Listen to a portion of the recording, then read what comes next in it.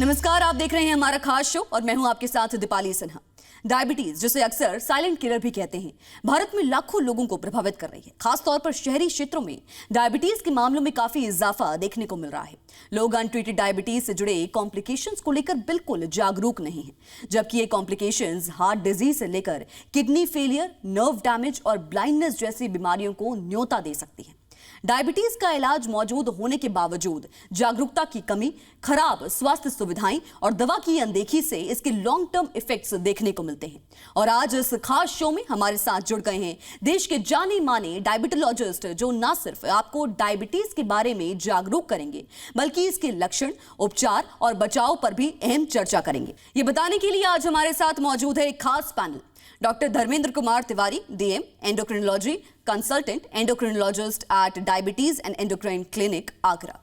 Doctor Saqib Ahmad Khan, MD, medicine, DM endocrinology, adult and paediatric, gold medallist, MRCP, SCE, UK, diabetes and endocrinology, head of department of endocrinology, Chandan hospital, Lucknow. Doctor Vaibhav Singal, consultant, endocrinologist, Max hospital, Vaishali. आप सभी का स्वागत है हमारे इस खास show में।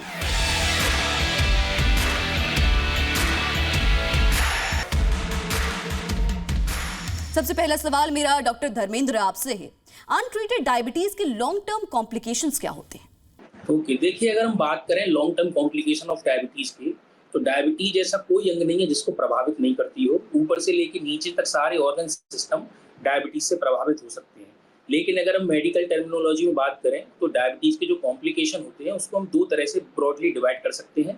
पहला होता है माइक्रोवेस्कुलर कॉम्प्लिकेशन और दूसरा होता है मैक्रोवेस्कुलर कॉम्प्लिकेशन। माइक्रोवेस्कुलर जो कॉम्प्लिकेशन होते हैं वो स्मॉल वेसल्स के इन्वॉल्वमेंट की वजह से होते हैं, जिसमें कि हमारा डायबिटिक रेटिनोपैथी आता है, डायबिटिक न्यूरोपैथी आता है, डायबिटिक नेफ्रोपैथी आता है। डायबिटिक नेफ्रोपैथी में गुर्दे से प्रोटीन निकलना स्टार्ट हो जाता है, जो कि लॉन्ग टर्म में जाकर के गुर्दों को खराब कर सकती है और बाद में डायलिसिस की या फिर रीनल ट्रांसप्लांटेशन की जरूरत पड़ती है।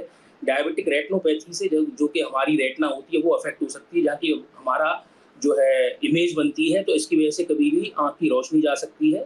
और तीसरा जो डायबिटिक न्यूरोपैथी होती है उससे हाथ पैरों की नसों में अफेक्शन हो जाता है, जिससे कि इंसान को झुंझुनाहट, सुनसुनी और चींटी सी काटना, बहुत ज़्यादा सीवियर पेन होता है, रात में बर्निंग सेंसेशन वाला पेन होता है, इस तरह के सिम्टम आते हैं। बात करें मैक्रोवेस्कुलर कॉम्प्लिकेशन की, macrovascular complication basically atherosclerosis cardiovascular disease की वजह से होते हैं। अगर ये हार्ट को अफेक्ट करते हैं या कोरोनरी आर्टरी को अफेक्ट करते हैं तो इसको हम कोरोनरी आर्टरी डिजीज बोलते हैं, जो कि आगे चल के हार्ट अटैक का, जिसकी सीवियर फॉर्म हार्ट अटैक होती है। जब ये ब्रेन को इन्वॉल्व कर लेते हैं तो इसको हम सेरेब्रोवास्कुलर डिजीज बोलते हैं, जिसकी सीवियर फॉर्म स्ट्रोक होती है, जिसमें कि एक तरफ के किसी भी हिस्से में लकवा हो सकता है पेशेंट को। और तीसरा होता है जब ये पैरों की ब्लड वेसल्स को इन्वॉल्व कर लेती है तो उसको पेरिफेरल आर्टरियल डिजीज बोलते हैं, और अगर वहाँ अगर ब्लॉकेज हो जाए तो गैंग्रीन भी पेशेंट को हो सकता है। तो बेसिकली ये माइक्रोवेस्कुलर और मैक्रोवेस्कुलर दो ब्रॉड क्लासिफिकेशन होते हैं लॉन्ग टर्म डायबिटीज कॉम्प्लिकेशन के। डॉक्टर साकिब, ये बताइए, डायबिटीज और इससे रिलेटेड कॉम्प्लिकेशंस का भारत में क्या कुछ प्रीवलेंस है? डायबिटीज का प्रीवेलेंस की अगर हम बात करें तो 2021 में ये लगभग 9.3% था, यानी लगभग हर 10 में से एक व्यक्ति को डायबिटीज है। और अगर हम बात करें 15 साल से अधिक व्यक्तियों की, तो लगभग हर 6 में से एक व्यक्तियों को, लगभग 16% लोगों को डायबिटीज है। इसमें 90% योगदान टाइप 2 डायबिटीज का है, जो सबसे बहुतायत में पाई जाती है। डायबिटीज एक ऐसी बीमारी जहाँ पे ट्रीटमेंट का मकसद ही नुकसानों को टालना है।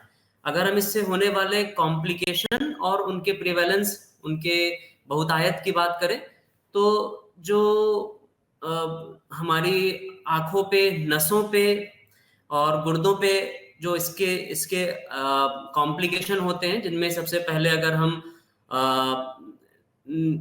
रेटिनोपैथी की बात करें तो ये वेस्टर्न कंट्रीज के मुकाबले थोड़ा हम में कम होता है, मगर फिर भी लगभग अगर हम बात करें तो लगभग 15% लोगों में ये समस्या पाई जाती है।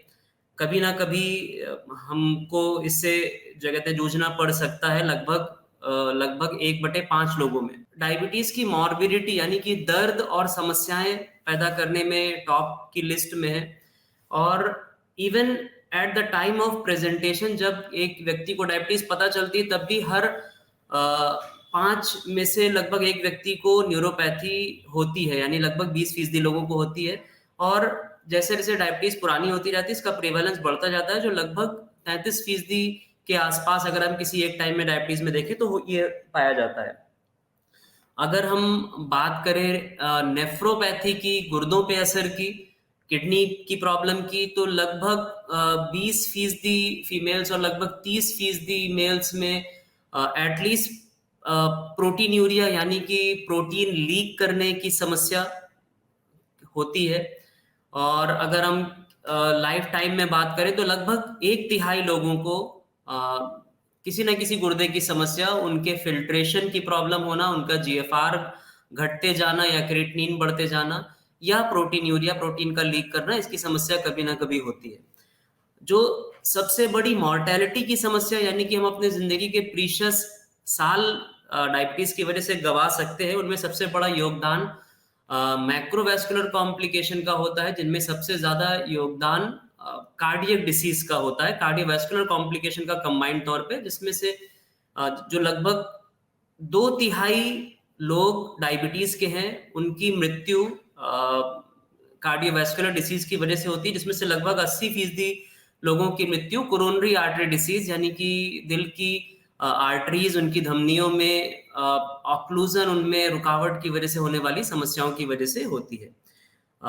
अगर हम बात करें डायबिटिक फूट की, डायबिटिक अल्सर की, तो हर चौथा आदमी यानी लगभग 25% लोगों को life time risk of diabetic foot होता है, जिसकी वजह से पैर कटने की दर अनफॉर्चुनेटली दुनिया भर में सबसे ज्यादा है। इवन रोड ट्रैफिक एक्सीडेंट से ज्यादा एम्पुटेशन डायबिटीज की वजह से अनफॉर्चुनेटली हो सकते हैं, अगर ये प्रॉपरली टाइम पे मैनेज नहीं हो तो।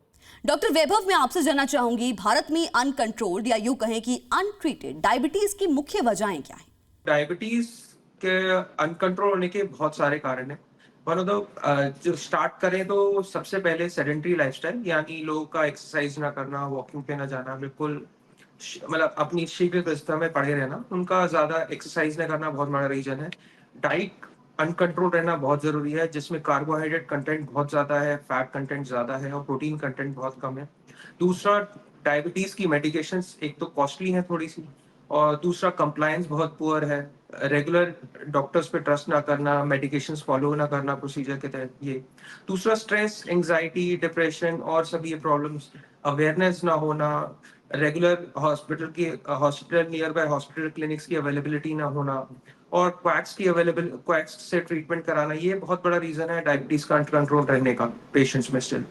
Doctor Dharmendra, untreated diabetes cardiovascular complications को कैसे बढ़ावा देती है, इस बारे में जानकारी दीजिए। जैसे कि मैंने बताया था कि डायबिटीज के जो मैक्रोवैस्कुलर कॉम्प्लिकेशन होते हैं उनमें एक एथेरोस्क्लेरोसिस कार्डियोवैस्कुलर डिजीज होता है। तो बेसिक पैथोफिजियोलॉजी जो होती है कार्डियोवैस्कुलर डिजीज के लिए, चाहे वो डायबिटीज हो चाहे कोई और कंडीशन हो, वो होती है एथेरोस्क्लेरोसिस। हाँ, बस एथेरोस्क्लेरोसिस होती है, उसके रिस्क फैक्टर जो होते हैं उसमें डायबिटीज सबसे पहले आती है। जब कभी भी किसी भी पेशेंट की डायबिटीज अनकंट्रोल होती है, उस पेशेंट में कोलेस्ट्रॉल बहुत ज्यादा बढ़ जाता है, स्पेशली ट्राइग्लिसराइड और एलडीएल के लेवल। कुछ पेशेंट्स में एलडीएल के लेवल नॉर्मल भी रह सकते हैं, बट उसकी जो क्वालिटी होती है वो बहुत खराब होती है और मोर एथेरोजेनिक होती है। तो ये high cholesterol specially because of uncontrol hyperglycaemia बहुत ज्यादा बढ़ जाता है, तो ये एथेरोस्क्लेरोसिस को जन्म देता है।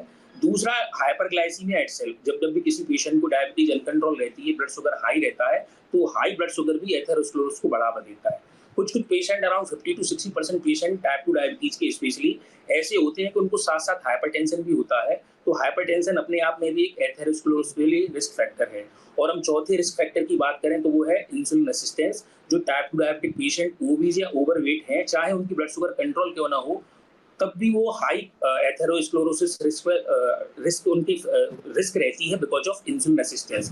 तो ये 4 फैक्टर हैं basically, high cholesterol, hyperglycaemia because of uncontrol blood sugar, तीसरा हाइपरटेंशन साथ साथ होना, और चौथा है कि इंसुलिन रेसिस्टेंस। ये चारों के चारों लोग एथेरोस्क्लेरोसिस को जन्म देते हैं। और ये एथेरोस्क्लेरोसिस जो होती है, कभी कभी ये रप्चर हो सकता है, डिसलॉज हो सकता है, या एकदम ऑब्स्ट्रक्ट कर सकता है ब्लड वेसल्स को। तो जिस जहाँ की ये ब्लड सप्लाई करता है उस हिस्से में नेक्रोसिस हो जाती है, जिसको हम हार्ट अटैक बोलते हैं। तो इस तरह से ये hyperglycaemia, uncontrol blood sugar cardiovascular complication को जन्म देती है। डॉक्टर साकिब, अनट्रीटेड डायबिटीज की वजह से होने वाली गंभीर समस्या डायबिटिक नेफ्रोपैथी क्या होती है, ये बताइए।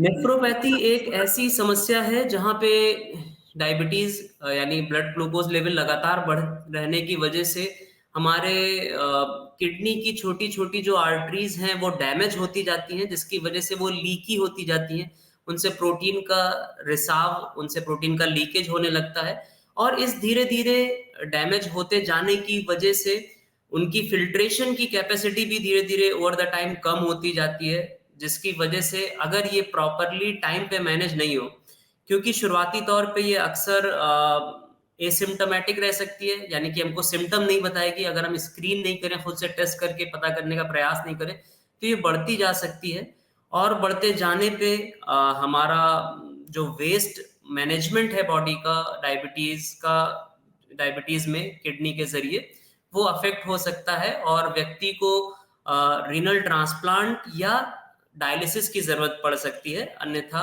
वो अपने इस फंक्शन को गवा सकता है, उसका फिल्ट्रेशन कम होता जाएगा, हीमोग्लोबिन कम बनता जाएगा, इलेक्ट्रोलाइट डिसबैलेंस होते जाएंगे इन लेट स्टेजेस। अर्ली स्टेजेस में एसिम्प्टोमेटिक हो सकती है। डॉक्टर वैभव, डायबिटिक फुट इन्फेक्शंस क्या हैं और डायबिटीज से मरीजों में इसे कैसे रोका जा सकता है? तो डायबिटिक फुट इन्फेक्शंस वो होते हैं जो डायबिटिक पेशेंट्स में न्यूरोपैथी के नसों में जो दिक्कत होती है उसके कारण डेवलप होते हैं, और जब उनमें पेशेंट्स को कट लगता है तो उसमें इन्फेक्शंस डेवलप हो सकता है। तो ये डायबिटिक फुट इन्फेक्शंस होते हैं, और इनको प्रिवेंट करने का बहुत ही सरल तरीका है। सबसे पहले तो रोज रात में आके घर पे अगर कोई पेशेंट को डायबिटीज है तो रात में अपने फुट को चेक करना चाहिए। नेल्स को स्ट्रेट काटना चाहिए, राउंड में नहीं काटना चाहिए।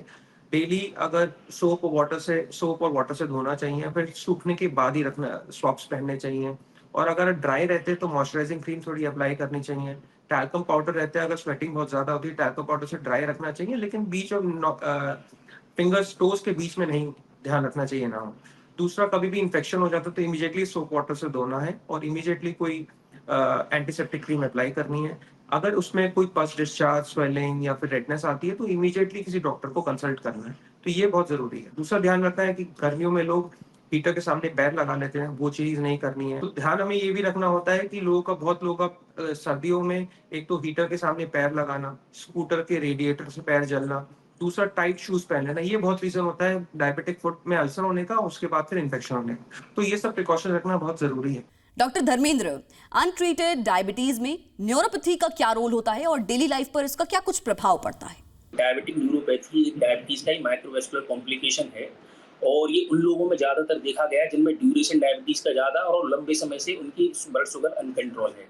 डायबिटिक न्यूरोपैथी के जो सिम्टम होते हैं वो काफी सीवियर होते हैं। इसमें पेशेंट को स्टार्टिंग में झुंझनाहट होती है, सुई सी चुभना, पैरों में चींटी सी काटना, और बहुत ज्यादा सीवियर पेन होता है, और स्पेशली नाइट में बहुत ज्यादा होता है। तो ये पेशेंट की नाइट जो स्लीप होती है उसको डिस्टर्ब करता है, जिसकी वजह से उसकी वर्क प्लेस पे प्रोडक्टिविटी काफी कम हो जाती है।